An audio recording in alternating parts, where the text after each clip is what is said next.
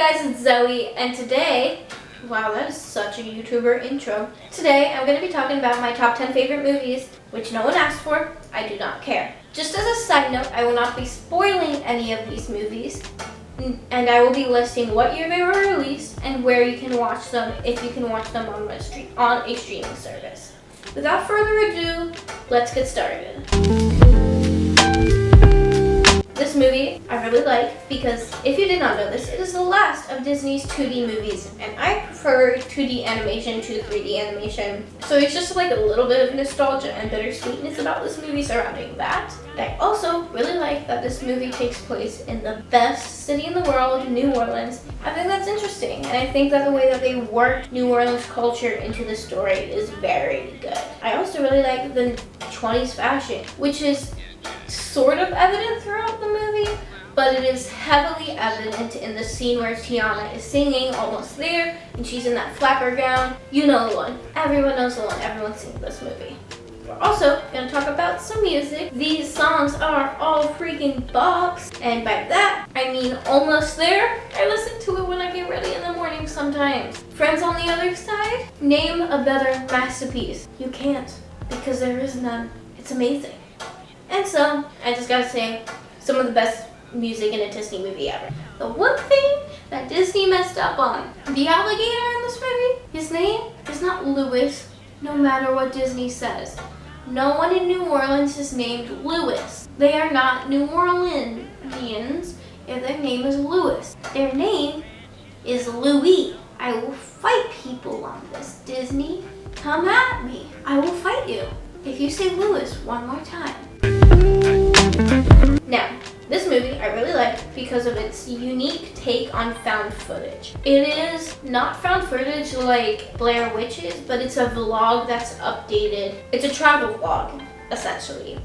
But things go wrong, and you get to follow what happens to these characters as things slowly fall apart in their travels. I also really like the dynamic relationship that is between the two main characters. They're best friends, their names are Cliff and Derek, and they decide to travel the world together. And they are there to support each other, but also call each other out on their bull. Also, this movie was filmed on location in various countries around the world, specifically countries in Europe, but it's gorgeous. It's so gorgeous. This movie's actually scary. I personally don't scare easily, but this movie is genuinely scary. I could not sleep the first night I watched this. And I think it's because this movie is so unexpected. And I really like that. I can sit through so many movies and think, oh, I could have written this. But I like that with this movie, I had no idea what was going to happen. Each turn was the complete opposite direction that I would have taken. And that's good. That's a good thing in movies. You do not want to be predictable. You want to have a happy balance between predictability and the unexpected. And this movie captures that really well. If you did not know, this movie is directed by Mike Flanagan and stars Kate Siegel. Mike Flanagan is one of my favorite horror movie directors. He has directed other movies such as Oculus and Gerald's Game, but most notably, he has directed the Haunting of Hill House series on Netflix, which his wife, Kate Siegel, plays Theo in. Reasons I like this movie. It's an interesting take on the cabin of the woods horror movies that we're used to seeing, and I like that. Also, there's an adorable cat named Bitch, or rather named Bitch. She's so fluffy and so cute. I also really like that this character is deaf. The main character is deaf. You don't see a lot of characters with disabilities in horror movies, specifically ones who are deaf. There's A Quiet Place, but other than that, I can't really name many other notable deaf characters in media aside from half the cast of Switched at Birth, but that show's not for everyone, and neither is this horror thing. Overall, I think we should just have more representation for disabled people in media. Reasons why I like this movie. Number one, Brie Larson's acting. I love Brie Larson, and I think she did a really good job in this movie. A lot of people don't. Those people can have different opinions from mine. Usually I say I respect that opinion, but I don't respect that opinion because they aren't thinking into the depth of the movie, but I'm not going to get into it. I also really like that there's no love interest in this movie. I know that's kind of a spoiler, but that's not really a spoiler. I think that we need more superhero movies without love interest. Specifically, there are only 2 female-led superhero movies out right now, and that is Wonder Woman and Captain Marvel. Wonder Woman had a sort of Born Sexy Yesterday vibe because of the love interest with Steve Trevor, and I didn't really like that. I don't think she needed it. I think he was just there as a means to an end, and I don't think they really needed to fall in love. But I really like that this is a female superhero with no love interest. I'm not gonna watch the Black Widow movie because I don't support Scarlett Johansson, but I do hope for the same fate in that movie. I'm also gonna say Maria and Monica's dynamic with Carol is so good. I'm not gonna get too into it, but I just want you guys to know that that is my favorite part of the movie, the relationship between those three characters. Last but not least, the fashion. I am in love with 90s fashion. This is no different. It's so good. The grunge look that Carol wears halfway through the movie, yes ma'am, go off. I am here for it. Anyway, that's enough about Captain Marvel. Let's move on. Do you have any particular recordings? And reasons why I love this movie. The muses are amazing. Oh my god, they're amazing. I love them. Just the gospel truth, zero to hero. I can go on and on. But most importantly, the best song in this movie that I want to take a quick note before I move on to my other points about Hercules is I Won't Say I'm in Love. Susan, whatever her last name is, I will put it right here. Editing Zoe, you will put it right here. Okay, it's there. I Won't Say I'm in Love is a banger. It's a bop. It's not like a happy banger, but it's there. You will listen to that on repeat for years and years and years. Two other things. Hades is the best Disney villain, first of all. Name a better Disney villain.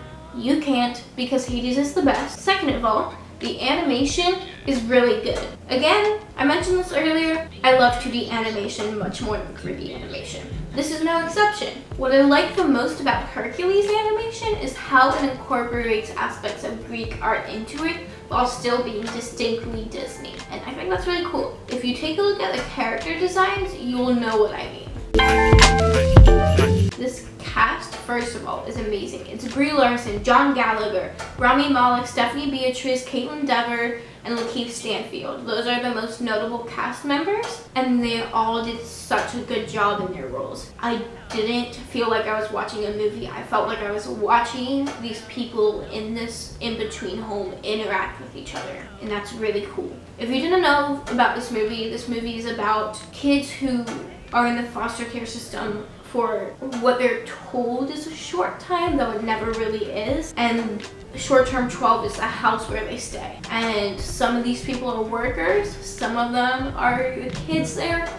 There's a couple scenes that are really good just cinematically. There's this one scene with Caitlin Dever's character riding a bike with Brie Larson's character. It's right after the climax of the movie, and it's such a powerful scene. I was sobbing while watching it. And I think all the emotions in this movie are highlighted by the soundtrack. Joel P. West composed and chose the music for this movie. I cannot imagine anyone else doing it. I also want to mention, right before I move on to my fourth favorite movie, that I really liked how all of the characters in this movie were very fleshed out. There were no characters who I didn't care about. And I think that's really cool. All of the kids in the house, you learn like small facts about them. You learn most of their names. You see them playing, you see them having fun. You learn about some of their struggles, some of their ups and downs. And I think it humanizes these characters, and it makes you feel engulfed in the world of short-term 12 instead of watching it like a movie. And I really like that, and I feel like I need to see more movies like that. I know it came out forever ago, but this movie is one of the most diverse movies I've ever seen. It has queer characters, it has people of color in it. I think there's only one white character in it, and I think that's great. We need to see more of that in films. We need to stop seeing this very whitewashed movies. Sure, there's Crazy Rich Asians now. Sure, there's Black Panther, but it's not enough. But I'm not gonna talk about that right now, because who wants to hear a white girl talk about diversity in movies? I'm just saying, I'd like to see it.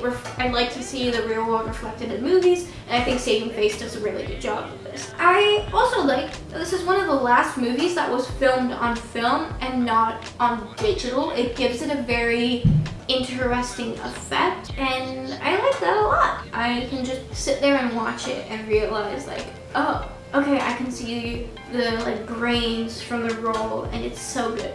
It's such a good movie. I'm also gonna say that this has really good relationship dynamics all around. At the core of the movie is a mother-daughter relationship, but it also focuses on the daughter and her love interest, and the mom and whatever the mom is going through. Also, this movie is so calming to look at. If I've had a stressful day, I'll sit down with my computer and stream it on my PlayStation, and I'm happy because it's so nice to look at. Yes, that's right. It's a Barbie movie, and I don't care. Why do I love this movie? First of all, nostalgia. I grew up watching Barbie movies. I still watch Barbie movies, and I love it. But also, some of the best music in any Barbie movie is in this movie. Connected? Yes. We're gonna find it? Yes, ma'am. Go off, Ileana. Go off, Alexa. Please tell me more. Two voices? Melody? Ooh, that harmony, girl. You got this. I'm sorry, that was a lot. You guys don't know who any of these Barbie movie characters are, most likely. Even if you did, it's still a lot. I also really like that this is a very whimsical Barbie movie. Barbie movies are always whimsical, but this one just seems more so because the dogs are sparkly, and that's important. So, I don't really have any good reasons for loving this movie so much, but I think these are all great reasons. So we're gonna move on. Number one reason why I like this movie is because of Edgar Wright's use of transitions. Every single one of these transitions in this movie are so artfully done. If you want to hear more about it, I'll link a video to Nerdwriter 1's video. It's so good. He explains it much better than I ever could, but I agree with him on all aspects. I also really like the fight choreography in this movie. I don't know why, because like it's fight choreography, whatever. But it's very video game-esque, and it comes out of left field. You do not expect what happens in this movie to happen in this movie, and I love that. I also want to talk about my favorite actress. I don't think I have to say it again, but Brie Larson's in this movie. Hell yeah! She plays Envy Adams, and she sings a song, and I love it so much. It's so good. I also really like the video game aesthetics in this movie.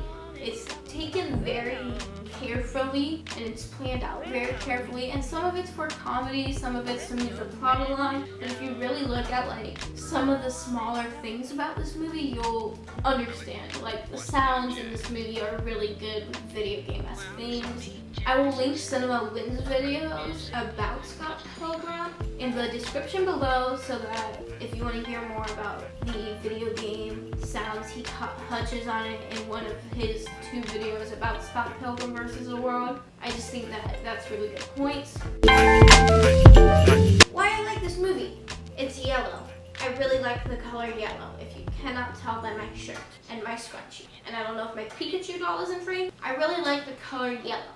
But also what's really good about this movie is the character development. It has such good character development, not just for Fox, but for his son. Such good character development.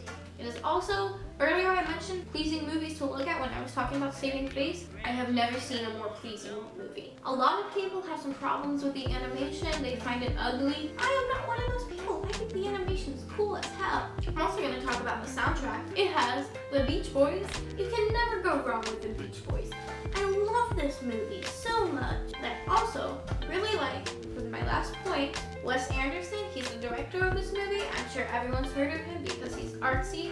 I really like his dedication to the original text, which the movie is based off of. So hey, Wes Anderson, good job. You did Roald Dahl proud, and you did me proud. This is my favorite movie ever, and it made me want to be a filmmaker, so thank you.